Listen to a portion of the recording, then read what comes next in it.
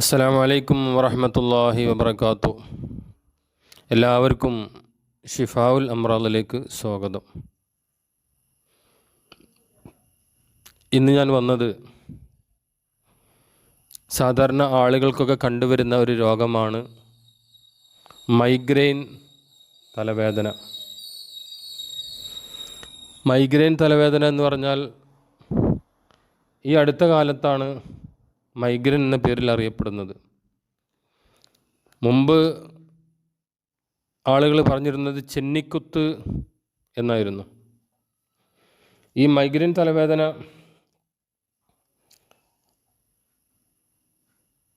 ചില ആളുകൾക്ക് ഒരു ഭാഗത്തുണ്ടാവും, ചില ആളുകൾക്ക് രണ്ട് ഭാഗത്തും ഉണ്ടാകും. അപ്പോൾ നിങ്ങൾക്കിതിൻ്റെ കാരണങ്ങൾ, അത് മാറാനുള്ള മാർഗങ്ങൾ പറഞ്ഞു തരാണ്. ഇത് എൻ്റെ ഈ വോയിസ് ഫുള്ള് നിങ്ങൾ കേൾക്കണം. ഫുള്ള് കേട്ടാൽ അത് നിങ്ങൾക്ക് മനസ്സിലാകൂ, അതിൻ്റെ ട്രീറ്റ്മെൻറ്റ് നിങ്ങൾക്ക് ചെയ്യാൻ പറ്റും. ആ രീതിയിലാണ് ഞാൻ പറയുന്നത്. വളരെ വിശാലമായ രീതിയിൽ, നല്ല രീതിയിൽ പറയുകയാണ്. മൈഗ്രെയിൻ തലവേദന വരുന്ന കാരണങ്ങളും അത് മാറ്റാനുള്ള മാർഗങ്ങളും. മൈഗ്രെയിൻ വരാനുള്ള കാരണങ്ങൾ പലതാണ്. അതിന് ചില ആളുകൾക്ക് സമയം തെറ്റിയുള്ള ഭക്ഷണം കഴിക്കലാണ്.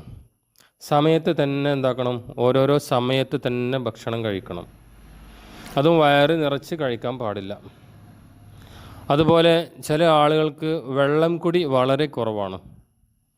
നമ്മളെ ശരീരത്തിൽ എപ്പോഴും എല്ലാ അവയവങ്ങളിലും ബ്ലഡിലും എല്ലായിടത്തും വെള്ളം വേണം. അതുകൊണ്ട് വെള്ളം നമ്മൾ ആവശ്യത്തിന് കുടിക്കണം, വെള്ളം നല്ലോണം കുടിക്കണം. അതുപോലെ നമ്മളെ ഭക്ഷണത്തിൽ പച്ചക്കറികൾ, ഇലക്കറികൾ കൂടുതലായിട്ട് ഉൾപ്പെടുത്തണം. അതിൻ്റെ കുറവ് കാരണം മൈഗ്രെയിൻ തലവേദന ഉണ്ടാകും. അതുപോലെ നമ്മൾ ഈ പഞ്ചസാര, മധുരങ്ങളൊക്കെ കുറക്കണം. ഹോട്ടൽ ഫുഡ് ഒഴിവാക്കണം. അതുപോലെ നമുക്ക് പല രീതിയിലുള്ള ടെൻഷനുകളുണ്ടാവും. ഈ ടെൻഷനുകൾ മാക്സിമം എന്താക്കണം, ഒഴിവാക്കണം. അല്ലെങ്കിൽ അത് ഒഴിവാക്കാനുള്ള മാർഗങ്ങൾ നമ്മൾ കണ്ടുപിടിക്കണം. അതുപോലെ മദ്യം കഴിക്കുന്നവരാണെങ്കിൽ അത് ഒഴിവാക്കുക. അതുപോലെ ഉറങ്ങണം. അതായത് ഉറങ്ങേണ്ട സമയത്ത് ഉറങ്ങണം. സുബഹിക്ക് ശേഷം ഉറങ്ങാൻ പാടില്ല, അസറിന് ശേഷം ഉറങ്ങാൻ പാടില്ല, ഇശാ മഗ്രിബിൻ്റെ ഇടയിൽ ഉറങ്ങാൻ പാടില്ല. അല്ലാത്ത സമയത്ത് ഉറങ്ങണം. ഒരു 8 മണിക്കൂറെങ്കിലും ഇങ്ങനെ രോഗം ഉള്ള ആളുകൾ പൂർണ്ണമായിട്ട് ഉറങ്ങണം. ഉറക്ക് ഒഴിവാക്കിയാൽ മൈഗ്രെയിൻ്റെ തലവേദന ഉണ്ടാകും. ചില ആളുകൾ രാത്രി വൈകി ഉറങ്ങുന്നവർക്കും തലവേദന ഉണ്ടാകും. രാത്രി 12 മണിക്കും 2 മണിക്കൊക്കെ ഉറങ്ങുന്ന ആളുകളുണ്ട്. അവർക്കൊക്കെ തീർച്ചയായിട്ടും മൈഗ്രെയിൻ തലവേദന വരും. അതുകൊണ്ട് നല്ല ആവശ്യത്തിനുള്ള ഉറക്കം ഉറങ്ങുക. ഉറങ്ങാൻ പറ്റാത്ത സമയത്ത് ഉറങ്ങാൻ പാടില്ല. ഉറങ്ങേണ്ട സമയത്ത് തന്നെ നല്ലോണം മുറുകിയ ഉറക്ക് ഉറങ്ങണം. അതുപോലെ ഇന്നത്തെ കാലത്ത് ഇപ്പോൾ പുതിയതായിട്ട് പല ആളുകൾക്ക് മൈഗ്രെയിൻ്റെ രോഗം തുടങ്ങിയിട്ടുണ്ട്. അതിന് ഒരു കാരണം ഫോണ് ഉപയോഗിക്കലാണ്. ഫോൺ ഉപയോഗിക്കുമ്പം നമ്മൾ അതിൻ്റെ ലൈറ്റ് കണ്ണിലേക്ക് അടിച്ച് കണ്ണിൻ്റെ ഞരമ്പ് വീക്കായി അങ്ങനെയും രോഗങ്ങൾ വരാറുണ്ട്. അതുപോലെ ഒരു ദിവസം ചുരുങ്ങിയതൊരു 30 മിനിറ്റെങ്കിലും ഒരാൾ വ്യായാമം ചെയ്യണം. അല്ലെങ്കിൽ ഒരു 20 മിനിറ്റ് ഓടുകയോ നടക്കുകയോ വ്യായാമം ചെയ്യുകയോ വേണം.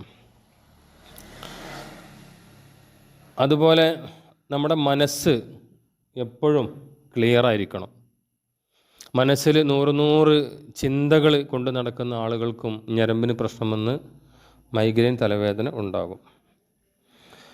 അതുപോലെ ഈ മനസ്സ് ക്ലിയറാവാൻ എന്താണ് എന്ന് ചോദിക്കും പല ആളുകളും. അതിനുള്ള മാർഗം എന്താക്കുക, നമ്മളെ ഖുർആനിൽ നിന്ന് നമുക്കറിയാവുന്നത് ചില സമയങ്ങളിലൊക്കെ ഓതിക്കൊണ്ടിരിക്കുക, ദിക്റുകൾ പതിവാക്കിക്കൊണ്ടിരിക്കുക, നല്ല നല്ല കാഴ്ചകൾ കാണുക, കാണാൻ പറ്റാത്തതൊക്കെ ഒഴിവാക്കുക. അതുപോലെ മറ്റൊന്ന്, നമ്മൾ ശ്വാസം വലിച്ചു വിടുക. ഇടയ്ക്കിടയ്ക്ക് മൂക്കിലൂടെ ശ്വാസം മേലോട്ട് വലിക്കുകയും അല്പസമയം നിർത്തുകയും പിന്നീട് അത് വായിലൂടെ ആ ശ്വാസം പുറത്തേക്ക് വിടുകയും ചെയ്യുക. ഇങ്ങനെ പല തവണകളായിട്ട് കുറേശ്ശെ ചെയ്യുക. അതൊക്കെ തലവേദന മാറാനുള്ള ഒരു വഴിയാണ്. അതുപോലെ ഉറങ്ങുന്നതിൻ്റെ 1 മണിക്കൂർ മുമ്പെങ്കിലും ഫോണിൽ നിന്ന് നമ്മൾ റിലീസ് ആവണം. ഇങ്ങനെ ഒരുപാട് കാരണങ്ങൾ കൊണ്ട് നമുക്ക് മൈഗ്രെയിൻ തലവേദന ഉണ്ടാവും. ചില ആളുകൾക്ക് സൂര്യപ്രകാശം തട്ടിയാൽ, ചില ആളുകൾക്ക് കൂടുതൽ വെയിൽ കൊണ്ടാൽ, ചില ആളുകൾക്ക് വിയർത്താൽ, ഇങ്ങനെ പല രീതിയിലും മൈഗ്രെയിൻ തലവേദന നമ്മളെ പിടികൂടാറുണ്ട്.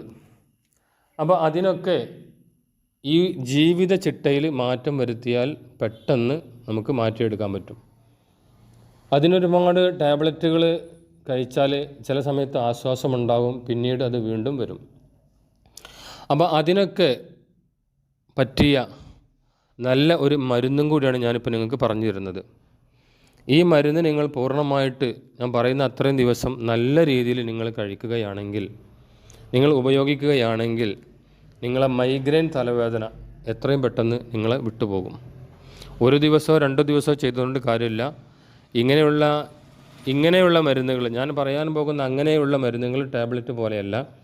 അത് സമാധാനത്തിലേ മാറുള്ളൂ, മാറിയാൽ പിന്നെ ഉണ്ടാകില്ല. അതിൻ്റെ മരുന്ന് ഒന്ന്,